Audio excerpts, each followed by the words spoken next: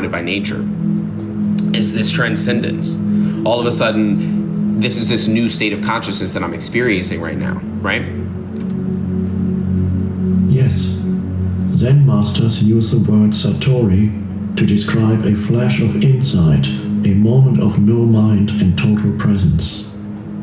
Although Satori is not a lasting transformation, be grateful when it comes, for it gives you a taste of enlightenment. You may indeed have experienced it many times without knowing what it is and realizing its importance. Presence is needed to become aware of the beauty, the majesty, the sacredness of nature. Have you ever gazed up into the infinity of space on a clear night? Can y'all hear this or no? Can y'all understand what he's saying? People are still commenting, saying, sleeping. It's crazy. So y'all can understand it, right? I just want to make sure that y'all can understand it.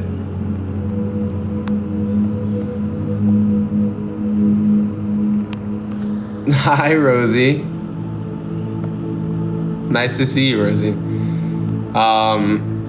Okay, here we go. Cool. Awestruck by the absolute stillness and inconceivable vastness of it. Have you listened, truly listened, to the sound of a mountain stream in the forest, or the song of a blackbird at dusk on a quiet summer evening? To become aware of such things, the mind needs to be still. You have to put down for a moment your personal baggage of problems, of past and future, as well as all your knowledge. Otherwise, you will see but not see, hear but not hear. Your total presence is required. Do you want to know the difference between presence, total presence, and unconsciousness? Right? Some people might feel like, oh, unconscious, well, that's whenever I'm sleeping in my bed. Or unconscious, that's whenever I drink too much and I get passed out on the couch. Unconscious, that's whenever somebody hits you so hard that you fall asleep and you get knocked unconscious. Those are unconscious natures, but that's not the unconscious that is being talked about here, right? Have you ever walked into a room to go grab something, and whenever you get there, you don't know what you were going in there for? Have you ever just had something in your hand, your phone, your keys, your wallet, and then you turn around to grab it and it's gone, and you're like, okay, wait, I literally just had this thing. Where did I set it down? And you look everywhere and you can't find it. You were unconscious in that moment when you set it down. You were unconscious in that moment when you walked into your room. You thought to yourself for a moment, I need to grab my keys. Oh, I need to go grab that thing out of my room real quick. And then you get to your room, and on the way to your room, you become unconscious because you're not present, right? And in those moments are times whenever your mind is kind of controlling you, right? That's a way to look at it, is that your mind is controlling you. And it's because there's many different reasons, right? Maybe you're worrying about the future and the things that you're gonna have to do then, or maybe you're worried about the past, or you're focused on the past, right? Appreciate you, Cliff. So anyway, that is you're kind of fighting with yourself on that, and so try to be present more often, right? That's the goal here. That's the solution. Beyond the beauty of the external forms, there's more here. Something that cannot be named. Something ineffable. Some deep inner holy essence. Whenever and wherever there's beauty, this inner essence shines through somehow. It only reveals itself to you when you're present. Could it be that this nameless essence and your presence are one and the same? Would it be there without your presence? Go deeply into it. Find out for yourself.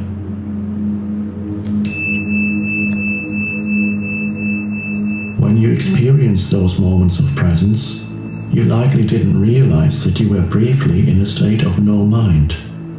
This is because the gap between that state and the influx of thought was too narrow.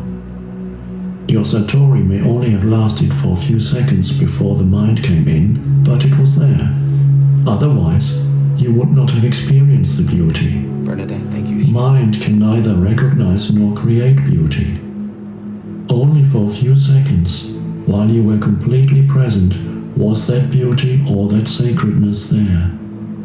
Because of the narrowness of that gap and a lack of vigilance and alertness on your part, you were probably unable to see the fundamental difference between the perception, the thoughtless awareness of beauty, and the naming and interpreting of it as thought. The time gap was so small that it seemed to be a single process. The truth is, however, that the moment thought came in, all you had was a memory of it. The wider the time gap between perception and thought, the more depth there is to you as a human being, which is to say, the more conscious you are. The wider the time gap between perception and thought, the more depth there is to you as a human being, which is to say, the more conscious you are. The wider the time gap between perception and thought. Many people are so imprisoned in their minds that the beauty of nature does not really exist for them. They might say, what a pretty flower, but that's just a mechanical mental labeling because they are not still. They're not present. They don't truly see the flower. They don't feel its essence, its holiness. Just as they don't know themselves, they don't feel their own essence, their own holiness. Wow. Wow.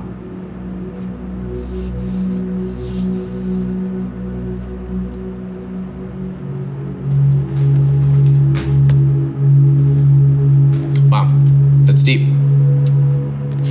Many people are so imprisoned in their minds that the beauty of nature does not really exist for them. Me, I'm guilty. They might say, what a pretty flower, but that's just a mechanical mental labeling. Because they're not still, not present, they don't truly see the flower, don't feel its essence, its holiness, just as they don't know themselves, don't feel their own essence, their own holiness. Because we live in such a mind-dominated culture, most modern art, architecture, music and literature are devoid of beauty, of inner essence, with very few exceptions. The reason is that the people who create those things cannot, even for a moment, free themselves from their mind. So they are never in touch with that place within where true creativity and beauty arise. The mind left to itself creates monstrosities, and not only in art galleries. Look at our urban landscapes and industrial wastelands. No civilization has ever produced so much ugliness. Wow. Wow. I'm taking away a lot from this. Guys, thank y'all so much. What's up, Nest? How are you? Jason, I'm not singing tonight. We are going over The Power of Now. But I'd love for you to join us, maybe. And if not, come back tomorrow. I'll be singing for you. It is powerful, Shelly. Do you meditate? Bonzoid, I used to meditate every single day. Realistically, I haven't meditated in a while. It's definitely been a while. And I really, really wanted to go to hot yoga today. But these Monday, Tuesday, Wednesday was supposed to be my days off, pretty much. But there's never really a day off. You know what I mean? I still have to live stream. I still have to plan other things that I got going on. I still have to practice for AGT coming up. I still have to, you know what I mean? All of these different things. So meditation is a game changer, but you have to realize what meditation is, you know? Because a lot of people, like, I'll use my mom, for instance. Joyce, I'll use my mom, for instance. She used to say, or she might still say this, I don't know. But she used to say, bro, what? They took your main? Wait, what you mean? This is your main. This is not your main. You got 27 million on your backup. What is this?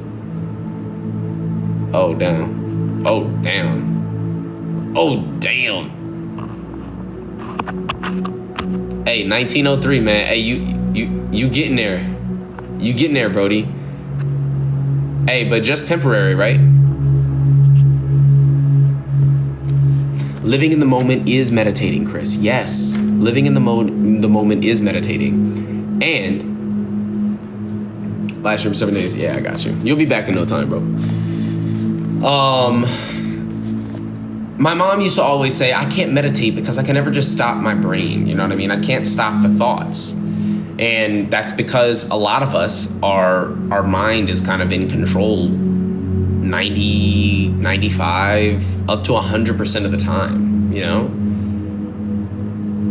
All right, bet. No, I got you. I follow both.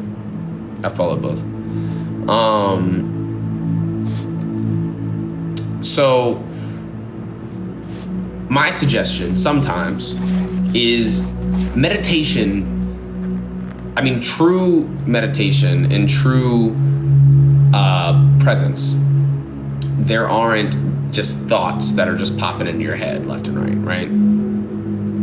But there are different forms of everything, right? And maybe meditation that works better for you is to just try to clear your mind for a second of just whatever you're currently thinking about. Breathing and focusing.